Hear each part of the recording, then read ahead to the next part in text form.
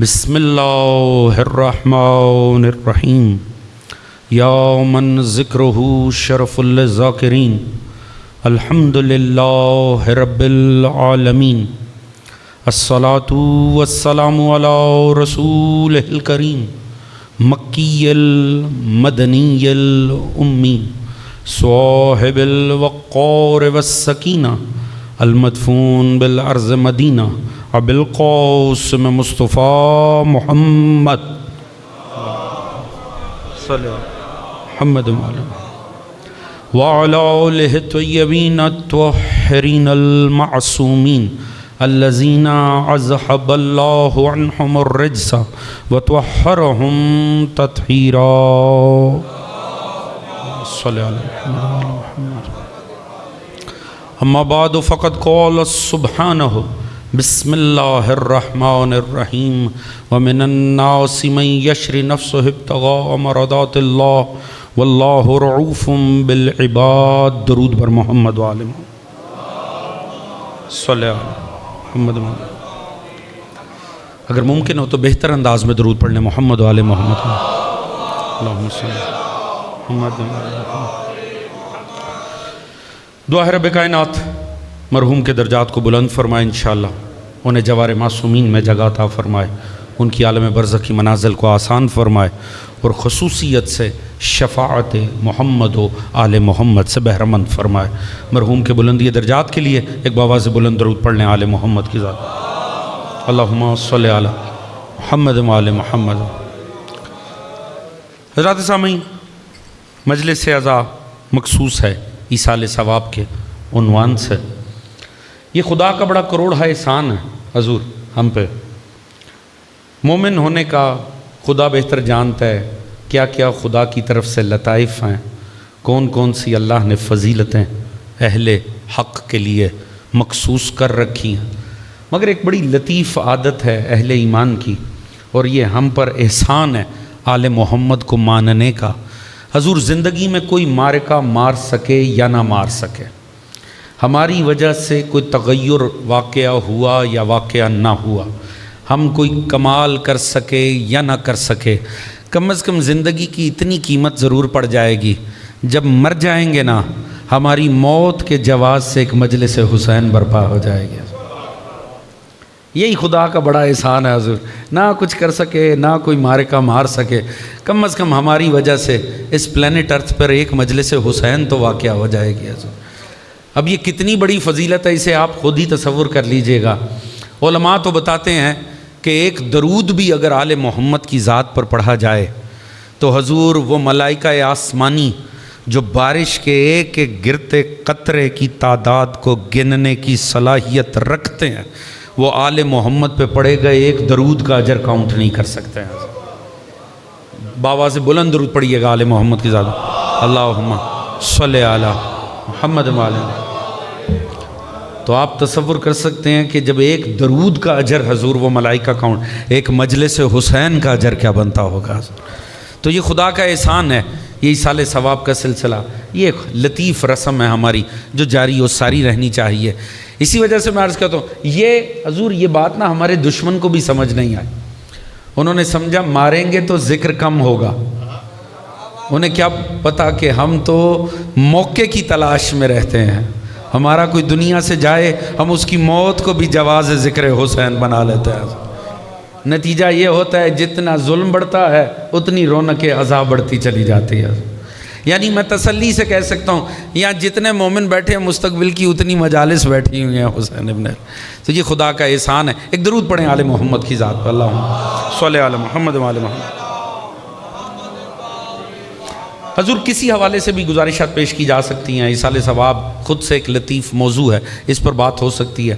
مگر آج کا جو دن ہے نا جی، یہ یکم ربیع الاول. آپ جانتے ہیں یکم ربیع الاول کی اپنی بڑی ایک خصوصیت ہے. آپ جانتے ہیں یہ کون سا دن ہے؟ حضور یکم ربیع الاول کی شب بھی تھی جسے شب ہجرت کہتے ہیں. رسول خدا ختمی مرتبت محمد مصطفیٰ صلی اللہ علیہ وآلہ. اللہم صلی علی محمد و آل محمد. ختمی مرتبت نے جو ہجرت فرمائی تھی یہ اس کا دن ہے. یہ یکم ربیع الاول ہجرت پیغمبر کا دن ہے. اسی کی شب میں رسول خدا نے مکہ کو ترک کیا تھا اور مدینہ تشریف لے گئے تھے۔ اجازت دیتے ہیں کیونکہ آج نسبت بھی ہے اور ایصال ثواب بھی ہو جائے گا، تو اسی کو میں آپ کے سامنے ذکر کے طور پہ پیش کرتا ہوں۔ حضور پھر اس کی ایک اور اہمیت سمجھیے گا جو بہت سمجھنے سے تعلق، ہمارے ہاں یکم محرم کو قمری حوالے سے سال کا پہلا دن قرار دیا گیا۔ یہ خود سے تحریف ہے تاریخ کی۔ اصل میں حقیقتاً یہ جو آج کا دن ہے یہ اسلامی کیلنڈر کا پہلا دن بنتا، یکم ربیع الاول، نہ کہ یکم محرم۔ یکم محرم سے اسے مخصوص کرنا بھی محرم کی عظمت کو نقصان پہنچانے کے لیے تھا۔ یکم محرم کبھی بھی تاریخ نہیں تھی۔ پیغمبر کے زمانے سے اگر آپ اسلامی سال کو کاؤنٹ کریں تو پہلی تاریخ پہلا دن یکم ربیع الاول کا بنتا، کیونکہ پیغمبر کے دور میں ہر چیز کی نسبت ہجرت پیغمبر کے ساتھ تھی۔ اصحاب نے جو تاریخ مرتب کی تھی، آغاز کی، اب بھی اگر آپ اسلامی کتابیں اٹھا کر دیکھیں تو آپ دیکھیں گے ہجرت کے اتنے سال بعد، قبل از ہجرت یا بعد از ہجرت۔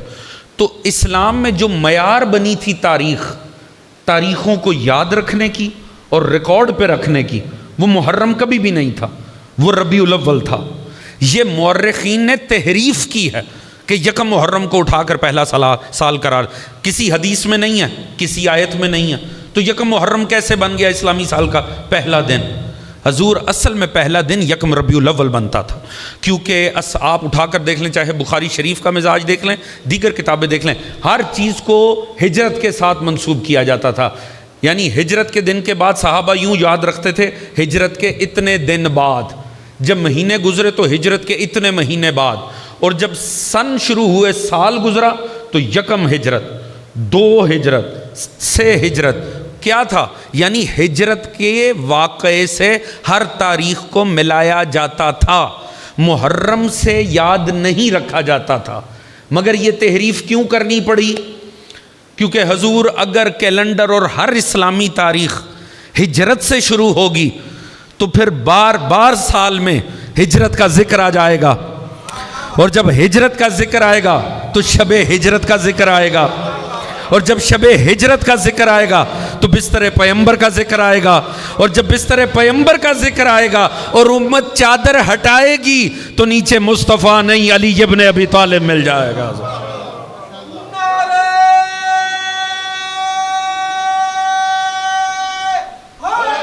یار بات پہنچ رہی ہے دوستان عزیز؟ لہٰذا اس واقعے کو ڈائلیوٹ کرنے کے لیے حضور یکم محرم، یہی وجہ آج آپ دیکھیں یکم محرم کو مبارکباد کے میسج چل رہے ہوتے ہیں، اسلامی سال کا پہلا دن۔ بھئی اگر آپ نے دینا ہے تو یکم ربیع الاول کو دیجئے۔ اصل میں پہلا آج کا دن جو یکم ربیع الاول ہے، اسلامی سال کا پہلا دن ربیع الاول بنتا، نہ کہ محرم الحرام بنتا ہے۔ حضور واقعہ کیا آپ سب کے ذہنوں میں ہے، بس انداز بیاں رنگ بدل دیتا، ورنہ دنیا میں کوئی بات نہیں۔ حضور اب یہاں سے ہی اس واقعے سے ہی نا میں آپ کے سامنے دو طرح کی تاریخ پیش کروں گا، آپ نے مکاتب کا مزاج دیکھنا۔ ہجرت کو کیسے ڈیفائن کیا جاتا ہے؟ پنجاب ٹیکسٹ بک بورڈ کی کتابوں میں نے آج سے 20-25 سال پہلے جو میری سکولنگ کا زمانہ تھا حضور، تب بھی میں نے یہی تاریخ پڑھی۔ نبی کی جان خطرے میں آئی تو نبی مکہ چھوڑ کر مدینہ تشریف لے گئے۔ آپ نے بھی یہی پڑھا اور سنا ہوگا کہ مکہ میں نبی کی جان کو خطرہ لاحق ہوا تو نبی نے مکہ چھوڑا اور مدینہ تشریف لے گئے۔ یہی مسلسل پڑھایا گیا۔ ہمیں تو اسلامیات بھی ٹھیک نہیں پڑھائی گئی حضرت، ہمیں مسلسل یہی پڑھایا گیا نبی کی جان مکہ میں خطرے میں آئی تو نبی مدینے چلے گئے، جان خطرے میں آئی تو مدینے چلے گئے۔ سادگی سے عرض کروں گا، اللہ جانے کس کس بھگوڑے کو مہاجر بنانے کے لیے یہ جملہ تاریخ میں لکھا گیا۔ پتہ نہیں میری بات پہنچی ہے کہ نہیں پہنچی، توجہ فرما رہے ہیں جی؟ حضور جان خطرے میں آئے، یہ ہستیاں کبھی پاؤں کی مٹی نہیں چھوڑتی، یہ شہر چھوڑ جائیں گے، مگر خدا جانے کیوں تاریخ میں یہ لکھ دیا گیا نبی کی جان میں نے ہر جگہ یہی پڑھا، علامہ نکن کا جملہ پڑھنے کو ملا. اب ذرا دیکھیے گا حضور مکاتب کا مزاج دیکھیں. کل عالم اسلام تاریخ لکھ رہا ہے. کیوں ہجرت ہوئی؟ کیونکہ مکہ میں نبی کی جان خطرے میں آئی تو نبی مدینے چلے گئے. مکہ میں جان خطرے میں آئی تو مدینے چلے گئے. نکن صاحب نے لکھا چونکہ نبی نے ہجرت کرنا تھی اس لیے نبی کی جان خطرے میں آئی. اب مجھے نہیں پتا کتنے دوست واقعی غور کر رہے ہیں. بالیدہ فکر افراد بیٹھے ہیں, بات پہنچے میرا تھوڑا ساتھ دیجیے گا. حضور آپ نے شاید فرق کو محسوس نہیں کیا, میں دوبارہ دہراتا ہوں. دنیا نے تاریخ یہ لکھی نبی کے متعلق کہ نبی کی جان کو خطرہ ہوا تو نبی مکہ چھوڑ کر مدینے چلے گئے. یعنی وجہ ہجرت کیا قرار پائی؟ نبی کی جان کو خطرہ. آپ کے مکتب کے عالم دین نے کیا لکھا؟ چونکہ ہجرت کرنا تھی اس لیے جان خطرے میں آئی. آپ کو فرق محسوس ہو رہا ہے کہ نہیں؟ حضور یاد رکھیے گا جو جان کے خطرے سے تشریف لے جائیں تاریخ ان کی تنقید کرتی ہے, اور جنہیں ان کے مقاصد خطرے میں ڈال دیں انہیں قرآن نفس مطمئنہ کی ڈگریاں عطا کر دیتا. بات پہنچ رہی ہے کہ نہیں حضور؟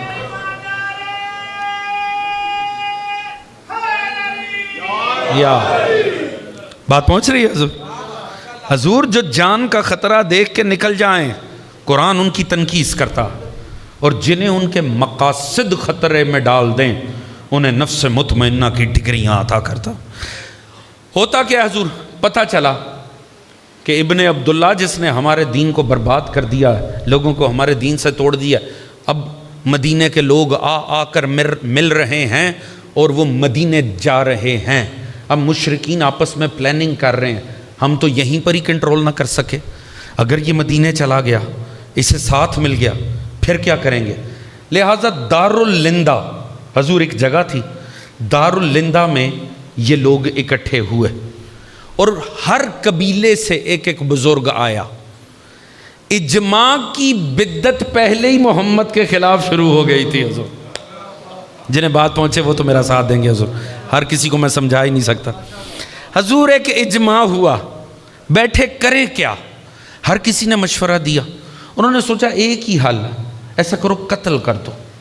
آپ جانتے ہیں فاسقوں کے نا باطل مذہب والوں کے پاس دلیل تو ہوتی نہیں ہے, آ جا کے ایک ہی بات سوجتی ہے قتل کر دو. انہوں نے کہا قتل کر دو.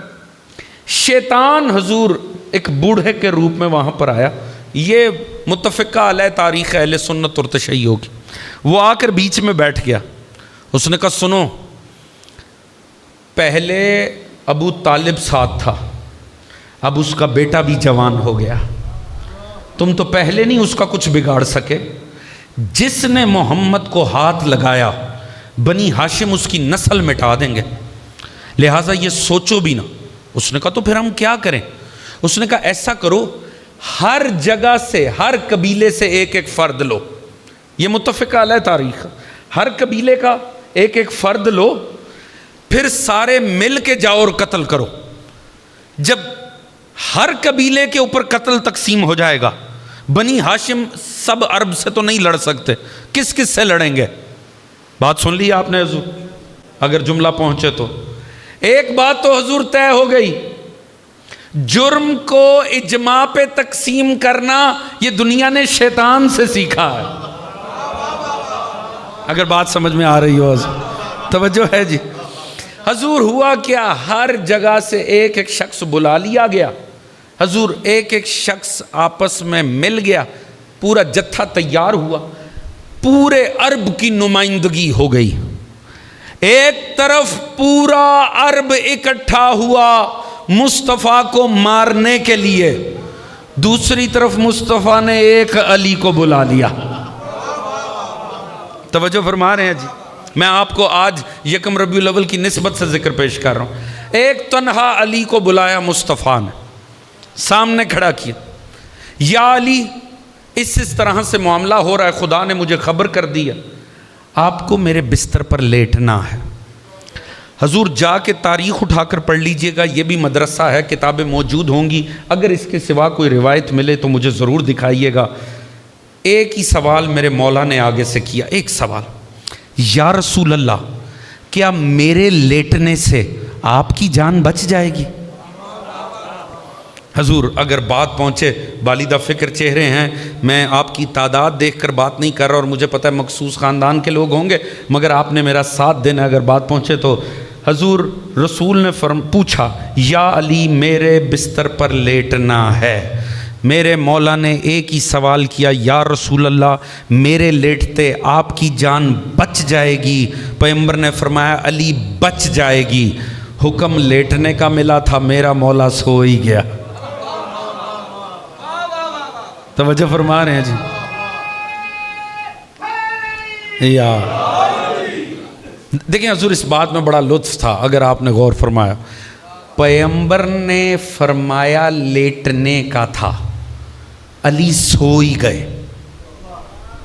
آپ نے اس بات پر غور کرنا ہے، اور میں اپنی طالب علمانہ سی نہیں کوئی تحریف یا اپنی طرف سے کوئی یہ نہیں ہے کہ میں اپنی طرف سے بنا کے بات کو پیش کر رہا ہوں، نہیں، تفسیر بالرائے نہیں ہے حضور، یہ علامہ نقد صاحب نے اپنی تفسیر میں نقطہ لکھا ہے۔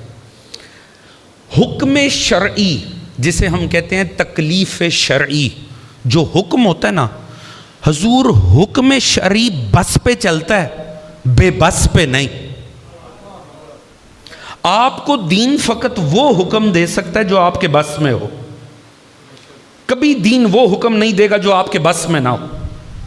دین نے آپ سے کہا 5 نمازیں پڑھو، آپ کے بس میں ہے، آپ سے یہ تو نہیں کہا کہ ایک دن میں 5000 نمازیں پڑھو، کیوں؟ آپ کے بس میں نہیں تھا۔ کر روزہ رکھو، فجر میں کھانا پینا معطل کرو، مغرب کے وقت شروع کر دو، ایک دن میں روزہ مکمل کر لو۔ یہ تو نہیں کہا کہ 1 مہینے تک پیاسے رہو، 1 مہینے تک بھوکے رہو، کیوں؟ کیونکہ آپ کے بس میں نہیں۔ تکلیف شرعی بس پہ چلتی ہے، بے بس پہ نہیں۔ بات پہنچ گئی جی؟ حضور سونا لیٹنا انسان کے بس میں ہے، سونا نہیں۔ نبی لیٹنے کا حکم دے سکتے تھے، علی کو سونے کا حکم نہیں دے سکتے تھے، کیونکہ تکلیف شرعی بس پہ چلتی ہے۔ دیکھیں کوئی میرا دوست 7-8 گھنٹے ابھی نیند لے کے سکون سے اٹھ کر آ رہا ہو، آپ یہاں پہ پھولوں کی سیج تیار کریں، ان سے لٹا دیں انہیں اور کہیں کہ سو جائیں، سو پائے گا؟ وہ اگلے 8 گھنٹے تک کروٹیں بدلتا رہے گا، کیوں؟ بس میں نہیں ہے۔ اور اگر نیند آ رہی ہوئی، میں لاکھ کہتا رہوں حضور توجہ ہے، وہ فرمائیں گے جی توجہ ہے، پھر بھی سو ہی جائیں گے۔ توجہ فرمائیں حضور، وجہ کیونکہ انسان کے بس میں نہیں ہے۔ کہتے ہیں نیند آنے پہ آئے تو سولی پر بھی آ جاتی، ایسا ہے کہ نہیں جی؟ محاورہ ہے نا، نیند سولی پر بھی آ جاتی۔ تو حضور نیند انسان کے بس میں نہیں ہوتی۔ پیغمبر اتنا حکم دے سکتے تھے کہ علی لیٹ جاؤ، یہ حکم نہیں دے سکتے تھے علی سو جاؤ۔ حضور حکم صرف لیٹنے کا تھا۔ علی کا تلواروں کی چھاؤں میں سونا بھی شجاعت علی ہے۔ اس رات علی کا سونا ہی علی کی شجاعت تھی۔ یاد رکھیں علی کو اپنی شجاعت منوانے کے لیے تلوار اٹھانے کی ضرورت نہیں ہے، علی بستر رسول پہ سو جائے، علی کا سونا بھی شجاعت۔ سلامت یا توجہ فرما رہے ہیں جی؟ حضور نبی کے بستر پر لیٹنا اٹ سیلف ہی، اور دیکھیں اگر نبی لٹا رہا ہے نا تو اس کا مطلب ہے نبی نہیں لٹا رہا، الا وحی یوحا، اس کا مطلب ہے یہ حکم خدا ہے۔ آپ تھک تو نہیں رہے ہیں حضور؟ توجہ چاہوں گا، اس کا مطلب ہے یہ حکم خدا ہے۔ آپ جانتے ہیں نبی کا اور آپ کا میرا نیند میں معاملہ مختلف کیا ہے؟ یہ روایت بخاری شریف میں بھی لکھی ہے، آپ کے مکتب میں بھی ہے، حدیث پیغمبر ہے۔ اللہ نے بعض لوگوں سے قلم اٹھا لی ہیں، قلم شریعت اٹھا لی ہے، ان میں ایک دیوانہ ہے، بے بس ہے، ان میں سے ایک سوتا انسان بھی ہے۔ سوتے انسان پہ شریعت لاگو نہیں ہوتی، کیونکہ اللہ کو پتہ ہے یہ بے بس ہے، اس وقت اس کے اعصاب معطل ہو چکے ہیں۔ اس کا یہ مطلب نہیں ہے فجر کی نماز واجب نہیں ہے، فجر اٹھ کے بھی پڑھنی ہے. توجہ فرما رہے ہیں جی. سوتے میں اگر انسان سے کوئی ایسا عمل سرزد ہو جائے جو حالت بیداری میں گناہ ہے تو حالت نیند میں انجام دینے سے گناہ نہیں ملے گا. شریعت آپ کو گناہ نہیں دے گی. کیوں؟ شریعت جانتی ہے اس کے اعصاب معطل ہو گئے ہیں. بات پہنچ رہی ہے کہ نہیں جی؟ مخصوص اعصاب معطل ہو چکے ہیں حضور. یہ وجہ ہے سوتے انسان سے اگر کوئی گناہ ہو جائے, ساتھ والے کو ٹھوکر مار دے, اسے کوئی کفارہ نہیں دینا پڑے گا. کیوں؟ سوتے میں ہوا ہے, اللہ کو پتہ ہے اعصاب معطل ہے. وہ ایسا غفلت کا لمحہ ہے کہ آپ پہ اور مجھ پہ اگر ایک لمحے کے لیے طاری ہو جائے نا, اگر ہم وضو سے بھی ہوں تو ہماری وہ عارضی طہارت بھی چھن جاتی. یہ باتیں آپ کی سنی ہوئی ہیں نا دوستو, تو تھوڑی سی میری تائید فرمائے. اگر سوتے میں اگر آپ کو ایک لمحے کے لیے بھی جھونکا آ جائے, آپ کے اعصاب معطل ہو جائیں, آنکھ لگ جائے, صرف 30 سیکنڈ بعد بھی آپ اٹھیں, آپ کا وضو چلا جائے گا. کیوں؟ کیونکہ آپ غفلت کا شکار ہو گئے. توجہ فرما رہے ہیں جی؟ ذرا سنیے گا. ایک اللہ کا نبی اپنے نبی بیٹے سے بات کر رہا. بسم اللہ الرحمن الرحیم. یا بنیا انی ارا فی المنام انی اذبح. بیٹا میں نے خواب دیکھا, میں تجھے ذبح کر رہا ہوں. خواب دیکھا یہ نہیں فرما رہے مجھے حکم خدا ہوا. یا بتاؤ تفعل ما تؤمر. بابا وہ کرو جس کا امر ہوا ہے. بیٹا بھی اللہ کا معصوم نبی ہے. کوئی اور بیٹا ہوتا کہتا ابا جی نیند میں کچھ اوپر نیچے ہو گیا ہوگا, کوئی کھانے پینے میں کچھ اوپر نیچے ہو گیا ہوگا. وہ اللہ کا نبی بیٹا ہے, وہ آگے سے مہر لگا رہا ہے کہ یہ جو بات آپ کو حالت ہے, کیونکہ خواب دلیل ہے نیند کی. اس کا مطلب ہے اگر ابراہیم فرما رہے ہیں انی ارا فی المنام, تو وہ اس وقت کی بات کر رہے ہیں جب وہ سو رہے تھے. سوتے لمحے کی بات کی. بیٹا کہہ رہا ہے وہ کریں جس کا امر ہوا ہے. توجہ فرما رہے ہیں جی؟ اس کا مطلب ہے ابراہیم کو اسماعیل کو ذبح کرنے کا حکم حالت نیند میں ملا تھا. حضور اگر بات پہنچے میرا ساتھ دیجیے. حضور بات پہنچ رہی ہے کہ نہیں؟ اگر آپ باہر سے آئیں, دیکھیں ایک صاحب سو رہا ہے, دوسرا اس کے سرہانے بیٹھ کے کہہ رہا ہے اٹھ کے یہ بھی کر لینا, وہ بھی کر لینا, وہ بھی کر لینا, آپ کو کس کی عقل پہ شک جائے گا؟ جاگنے والے کی. آپ کہیں گے صاحب کتنا بیوقوف آدمی ہے, سوتے سے بات کر رہا. آپ اور میں سوتے سے بات کریں یہ بیوقوفی ہے. اللہ نبی کو سوتے ہوئے حکم دے رہا ہے. اگر بات پہنچے میرا ساتھ دیجیے گا. حضور ایک بات تو طے ہو گئی, ایک بات تو واضح ہے, نبی سوتا ہوا بھی ہم جیسا نہیں ہوتا. بات پہنچ رہی ہے کہ نہیں جی؟ نبی سوتا ہوا بھی ہم جیسا, نبی حضور سوتے ہوئے بھی ہم جیسا. تو اب اگر اللہ کو کبھی سوتا نبی بدلنا پڑا تو اسی سے بدلے گا جو سوتے میں بھی نبی جیسا ہوگا. درود پڑھیے گا محمد و آل محمد کی ذات. صلی محمد و آل. بات پہنچ رہی ہے حضور؟ اس اللہ اکبر, اللہ اکبر.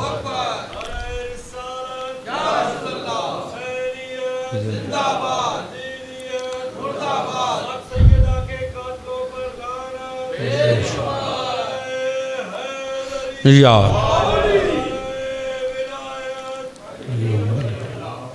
جزاک اللہ. درود پڑھیے گا آل محمد کی ذات. اللہم صلی علی محمد و آل محمد.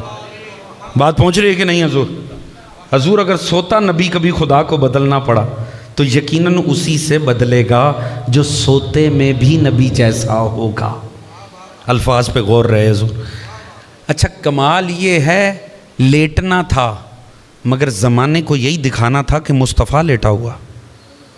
حضور نکن صاحب ہی کی تفسیر کر جاؤں, مگر یہ ان نے صرف ایک ایک لفظوں کی صورت میں لکھا ہے, تو جی میں اپنے انداز میں کر رہا ہوں. حضور موت وہ شے ہے, ایصال ثواب کی مجلس ہے, غور فرمائیے. موت وہ ہے جس سے دنیا ہمیشہ فرار کرتی ہے. ایسا ہے کہ نہیں؟ موت سے وحشت ہوتی ہے کہ نہیں؟ جملہ سنیے گا.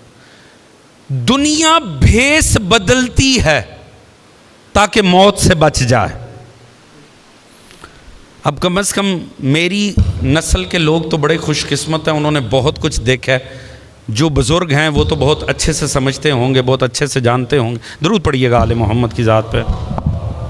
اللہم ذرا بہتر انداز میں درود پڑھ لیں آل محمد. اللہم صلی علی محمد و آل محمد. غور فرمائیے گا ذرا حضور. دنیا بھیس بدلتی ہے جان بچانے کے لیے. پاکستانیوں کو سمجھانے کی ضرورت نہیں ہے. آپ نے تو سرکاری ٹی وی چینل پہ منظر دیکھا ہوگا. مجھے نہیں پتا کس کس کی یادداشت کتنا پیچھے جا سکتی ہے. ہم نے تو حضور سرکاری ٹی وی پہ یہ منظر دیکھا تھا کہ حضور وہ لوگ جو یہ دعویٰ کر کے اٹھے کہ ہم نے دین نافذ کرنا ہے، جب گرفتار ہوئے لباس اور تھا، جنس اور تھی. مجھے نہیں پتا کتنے لوگ بات کو پہنچ پائیں. ایسا ہے کہ نہیں جی؟ اور جب پوچھا گیا تو حضور وہ کہتے ہیں نا ہم تو ڈوبے ہیں صنم، تم کو بھی لے ڈوبیں. وہ پچھلوں کو بھی لے ڈوبے.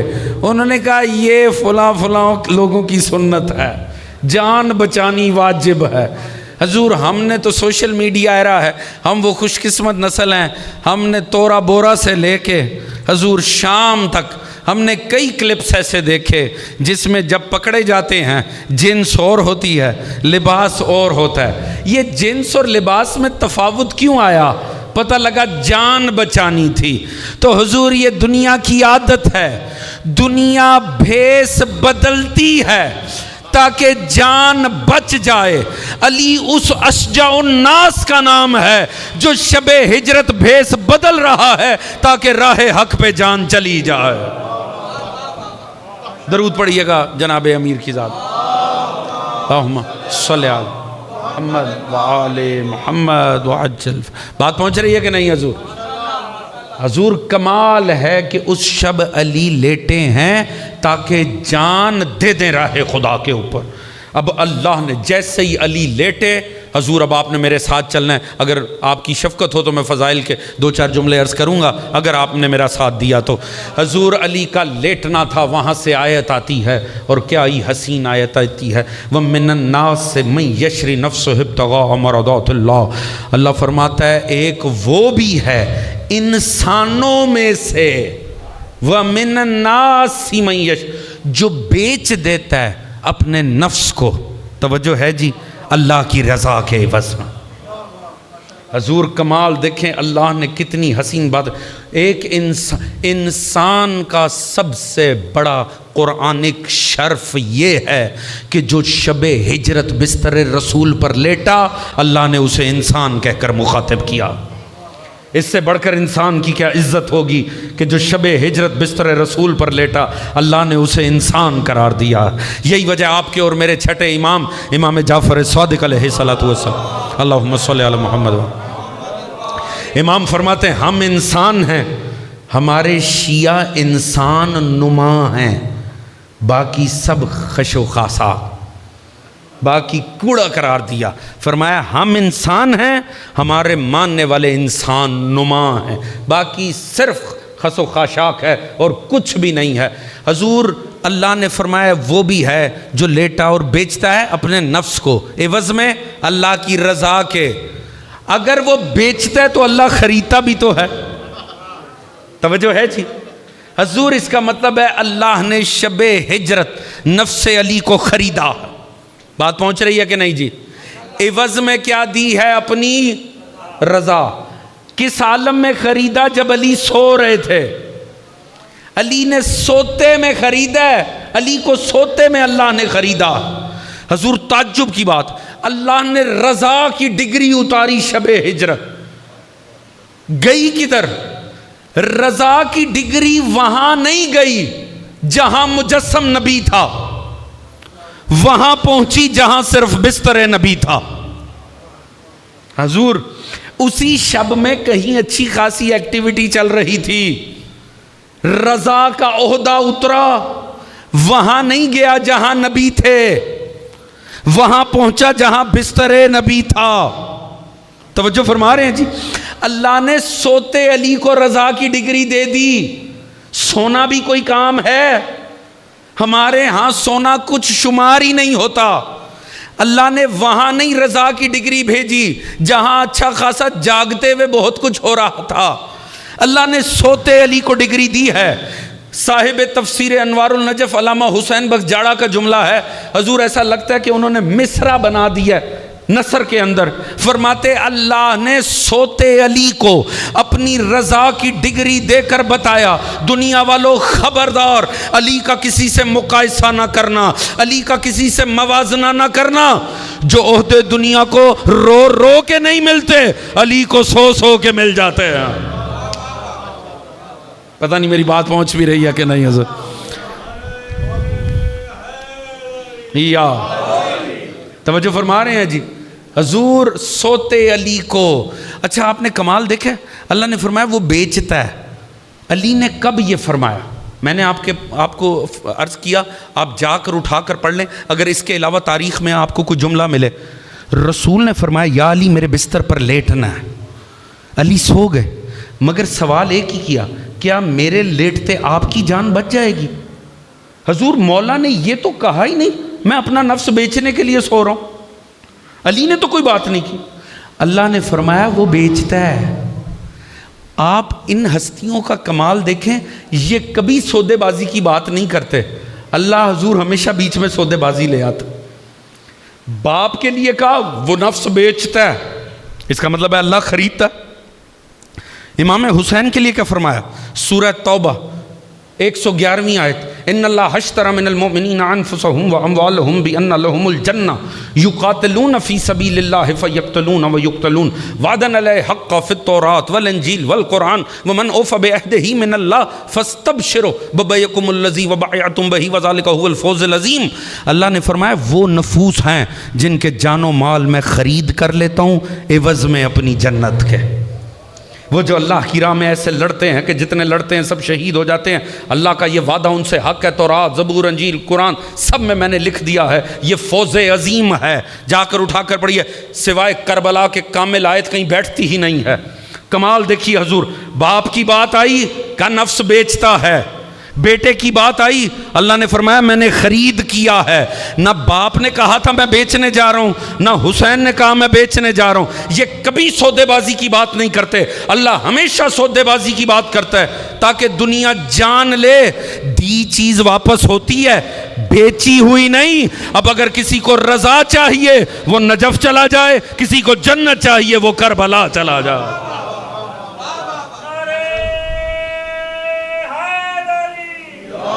یا علی یا علی اللہ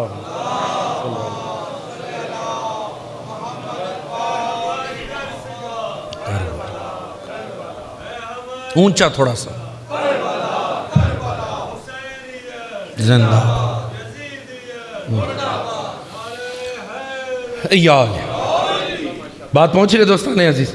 حضور خدا ہمیشہ بیچنے اور خریدنے، یہ کبھی بیچنے اور خریدنے کی بات نہیں کرتے۔ حضور کمال ہے خدا کی قسم، اللہ نے فرمایا ایک وہ بھی جو بیچتا ہے، اس کا مطلب اللہ خریدتا ہے۔ لطیف ذہنوں کے لیے جملہ عرض کرنا چاہتا ہوں اگر آپ کی توجہ ہو۔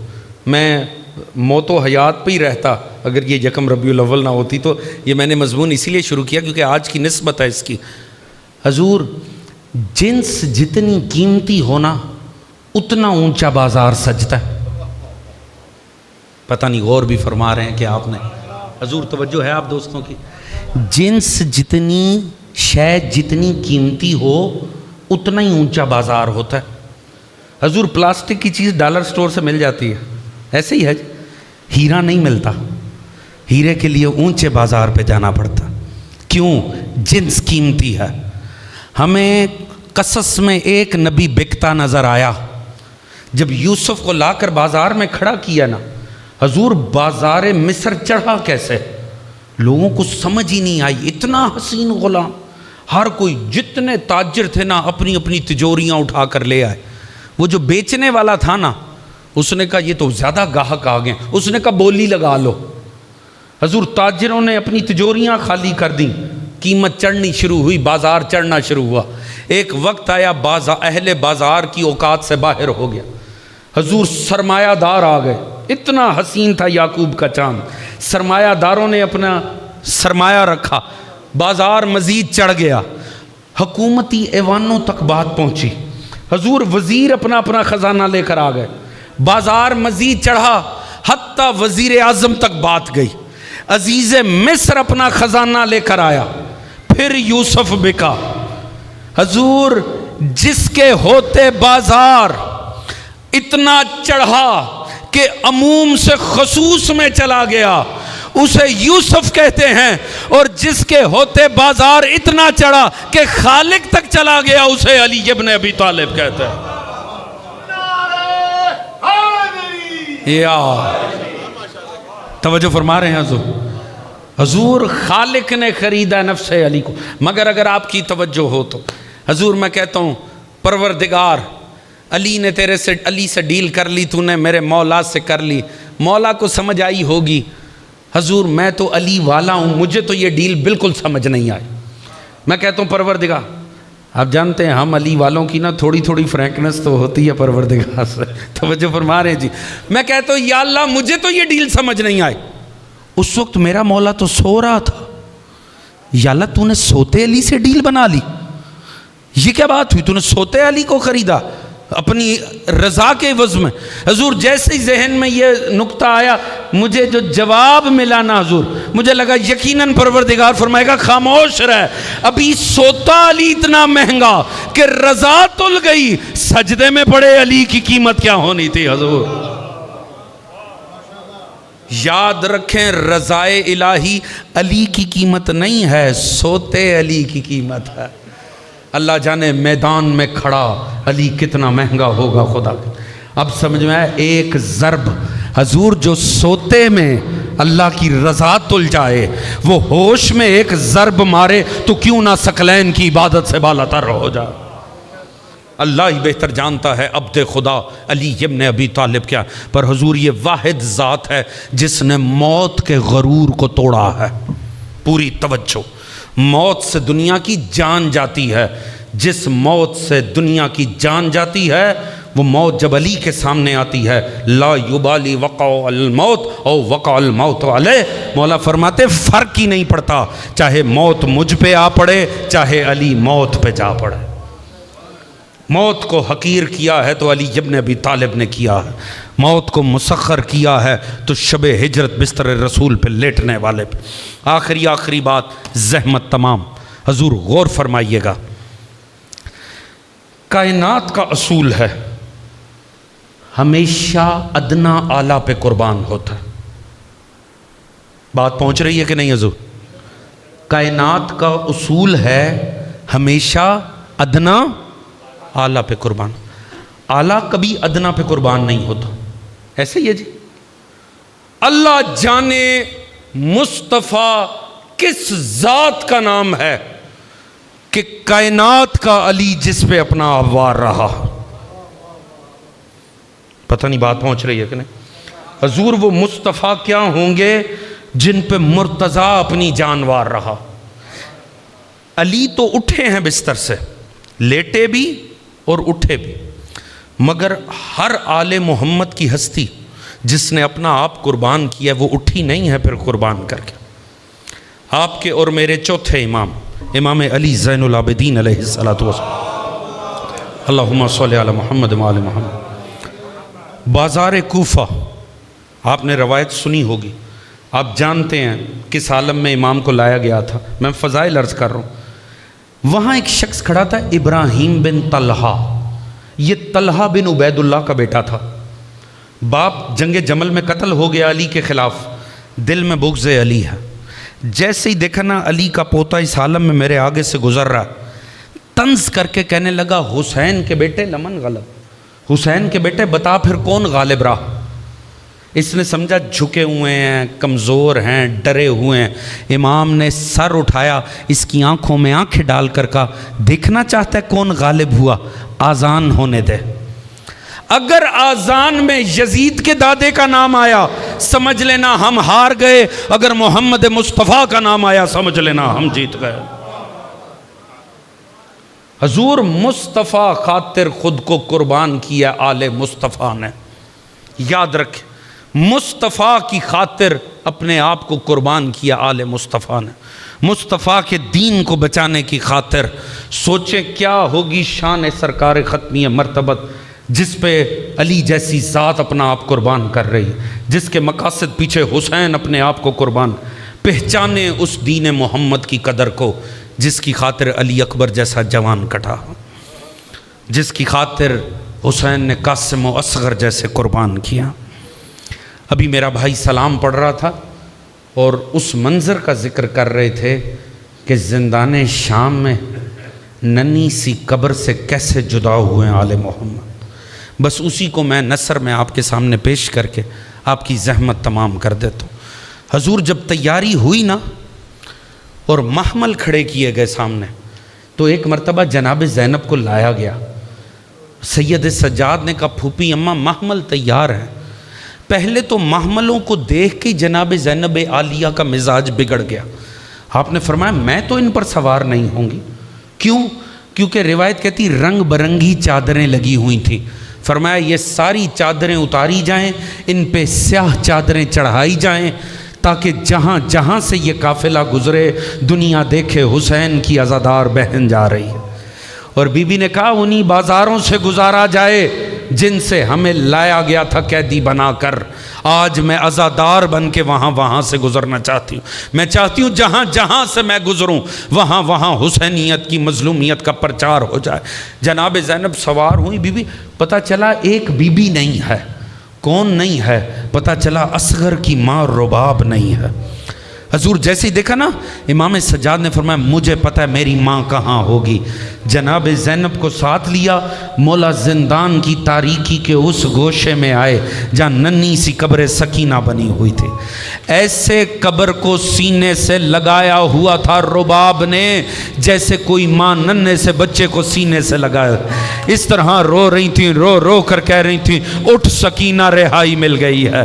سکینہ تجھے ہی تو خواہش تھی مدینہ جانے کی، سکینہ تو ہی تو پوچھتی تھی کب رہائی ملے گی، اٹھ میری لال آ تجھے میں مدینے لے کر چلوں۔ ایک مرتبہ ساری بیبیاں دوبارہ قبر پہ اکٹھی ہوئیں، کوہرام ہو گیا، دمشق کی عورتیں اکٹھی ہونے لگیں۔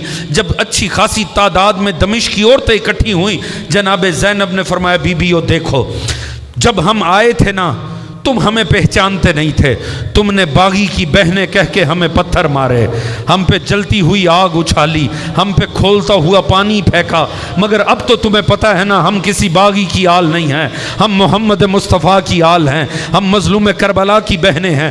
دیکھو ہم تو جا رہے ہیں مگر تم میں اپنی ننھی سی امانت ترک کر کے جا رہے ہیں۔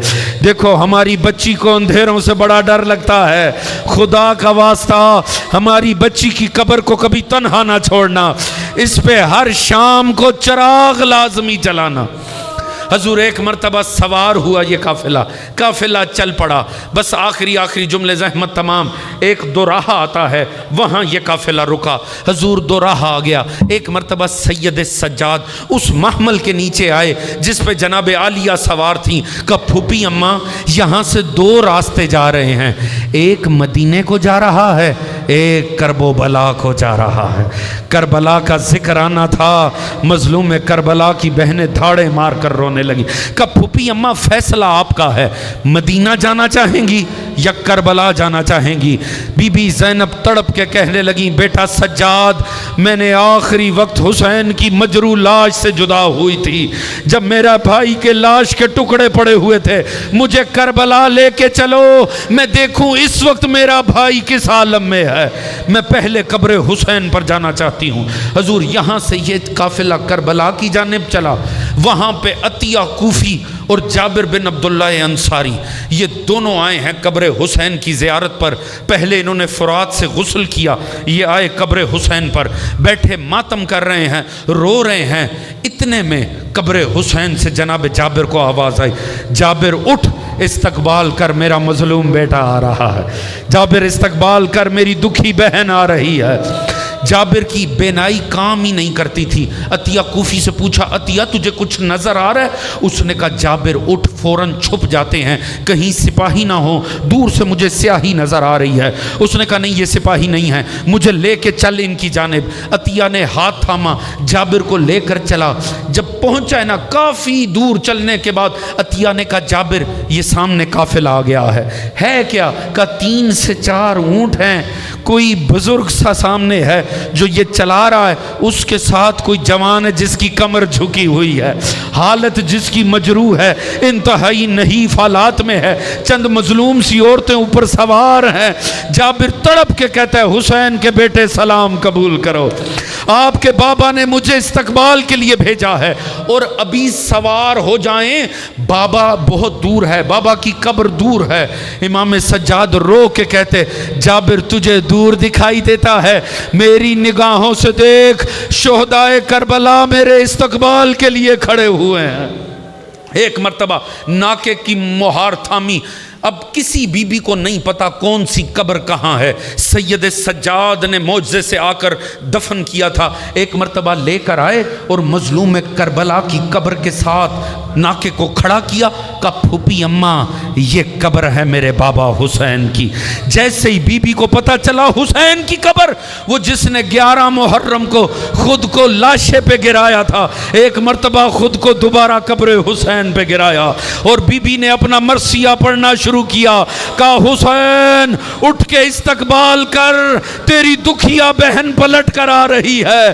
بھیا وہ کون سا شہر تھا جو دکھایا نہ گیا، وہ کون سا موڑ تھا جو پھرایا نہ گیا، ترک و دیلم کی کنیزوں کی طرح بازاروں میں ظالموں نے گھسیٹا ہے زینب کو، مگر حسین زینب خود کو بیچ کے تیرے غم خرید کر کے لائی ہے۔ بھیا میں نے تیری ذات کو منوایا ہے ظالموں سے۔ ہر قبر پہ ماتم ہوتا رہا، جب قبروں پر ماتم ہوا، ایک مرتبہ جناب زینب نے پوچھا بیٹا سجاد میں علی اکبر کو بھی رو چکی، میں حسین کو بھی، اصغر کو بھی، قاسم کو، میرا بھیا عباس کہاں ہے؟ میرے بھیا عباس کی قبر، آخری جملہ کہا میرے بھیا عباس کی، کہا پھوپھی اماں ذرا چلنا پڑے گا، میں نے چچا کو فرات پہ دفنایا تھا۔ ساری ماتمی بیبیوں کے حلقے کو لے کر بی بی ماتم کرتی ہوئی قبر عباس پر آئی، جیسے ہی قبر پہ پہنچی بی بی کہنے لگی نہیں بیٹا سجاد یہ قبر میرے بھائی عباس کی نہیں ہو سکتی۔ کیوں پھوپھی اماں؟ کہا اتنی چھوٹی قبر، میرا بھیا بڑا جوان تھا۔ کہا پھوپھی اماں نہ پوچھئے، اتنے ٹکڑے ہوئے چچا کی لاش کے میں نے سمیٹ کے دفنایا چچا کو۔ لعنت اللہ علیکم الظالمین وَسَيَعْلَمُ الَّذِينَ ظَلَمُوا يَمُنْقَلِبًا يَنْقَلِبُ۔ یا اللہ یا رحیم یا کریم یا مقلب القلوب والابصار یا مدبر اللیل والنہار، تجھے واسطہ پنجتن پاک بارہ امام چہار معصومین کا پروردگار اس تمام ذکر کو اپنی بارگاہ میں عبادت شمار فرما۔ پروردگار اس سمیت 1.25 لاکھ درود پاک استغفار سورہ ملک یاسین رحمان کل کوثر توبہ دہر مزمل اور قرآن پاک 105 مرتبہ پڑھا گیا۔ پروردگار اس سمیت جتنا بھی ذکر اذکار ہے اس سب کے ہم آل محمد کی بارگاہ میں پیش کرتے ہیں، اس سب کو نامہ اعمال مرحوم سید ندیم حیدر ابن سید سبت حسن کے نامہ اعمال میں شمار فرما۔ پروردگار مرحوم کے عالم برزخ کی منازل کو آسان فرما، انہیں اعلیٰ علیین میں جگہ عطا فرما، ان سمیت جتنے بھی مرحوم دنیا سے جا چکے ہیں سبھی کے درجات کو بلند فرما، سبھی حاضر غیر حاضر کی تمام تر نیک دلی شرعی حاجات کو قبول و منظور فرما، سبھی کے رزق عزت دولت علم فہم شعور صحت میں برکت عطا فرما، شرم عزت پرد جان و مال کو محفوظ فرما، سوائے غم اہل بیت کے کوئی غم عطا نہ فرما، امام زمانہ علیہ السلام کا ظہور جلد فرما، ہم سب کو معصوم کی سپاہ میں شمار فرما۔ پروردگار ظالمین جہاں کو نیست و نابود فرما، مظلومین جہاں کی نصرت فرما، مومنین کو اتفاق و اتحاد عطا فرما، ہم سب کو دین و سیرت اہل بیت پڑھنے سمجھنے اپنی ذات اور گھرانے پہ نافذ کرنے کی توفیق عطا فرما، اس دین آل محمد کو، اس عشق و مودت و عزاء آل محمد کو تا صبح قیامت ہماری نسلوں میں جاری و ساری فرما، ہم سب کا خاتمہ بالحق بالخیر دین اہل بیت پر قرار فرما، اور آخرت میں سبھی مرحومین سمیت ہم سب کو شفاعت محمد و آل محمد سے بہرمند فرما۔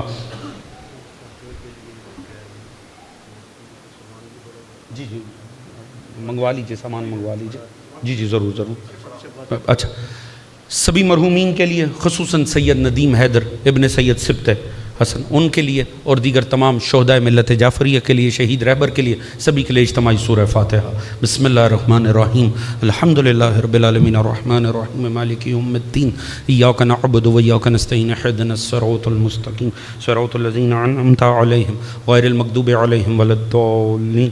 بسم اللہ الرحمن الرحیم، قل هو اللہ احد اللہ الصمد لم یلد ولم یولد ولم یکن له کفوا احد۔ بسم اللہ الرحمن الرحیم، قل هو اللہ احد اللہ الصمد لم یلد ولم یولد ولم یکن له کفوا احد۔ بسم اللہ الرحمن الرحیم، قل هو اللہ احد اللہ الصمد لم یلد ولم یولد ولم یکن له کفوا احد۔ بسم اللہ الرحمن الرحیم، اللہم صلی علی محمد وآل محمد، اللہم کن ولیک الحجۃ ابن الحسن صلواتک علیہ وعلی آبائہ فی هذه الساعة وفی کل ساعة ولیا وحافظا وقائدا وناصرا ودلیلا وعینا حتی تسکنہ ارضک وتمتعہ فیہا طویلا برحمتک یا ارحم الراحمین۔